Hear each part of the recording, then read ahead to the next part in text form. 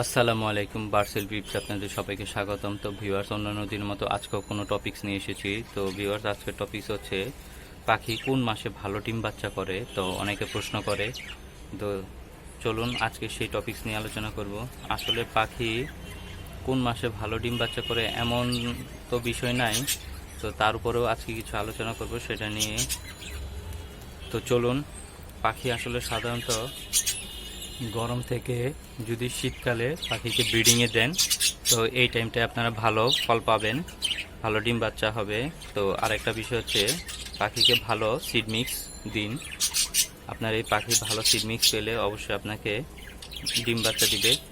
তারপর পানি দিন, প্রতিদিন পানি পরিবর্তন করুন, কারণ পানির যে পট থাকে এখানে পাখি অনেক সময় পায়খানা করে, সেই পাখি যদি সেই পানি খায় তো পাখি অনেক সময় পাতলা পায়খানা বা বিভিন্ন রোগ দেখা দেয়। গরমে পাখি ব্রিডিংয়ে না দেওয়াই ভালো। আবার অনেক সময় গরমে ঠিক মতো তা দিতে পারে না, তাই ডিম ফোটে না। ডিমের ভিতর দেখবেন বাচ্চা অনেক সময় মারা যায়। তাই সাধারণত শীতে ব্রিডিংয়ে দেন, এটা ভালো হয়, ডিম বাচ্চা ভালো ফোটে।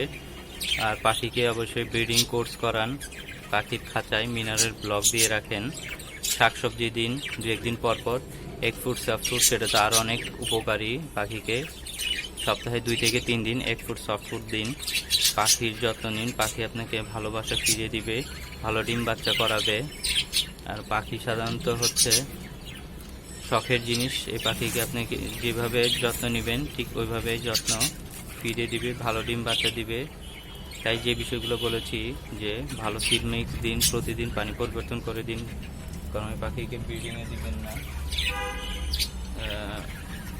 শীতকালে পাখি ডিম বাচ্চা করে, এগ ফ্রুট সফট ফুড দিন, পাখির যত্ন নিন।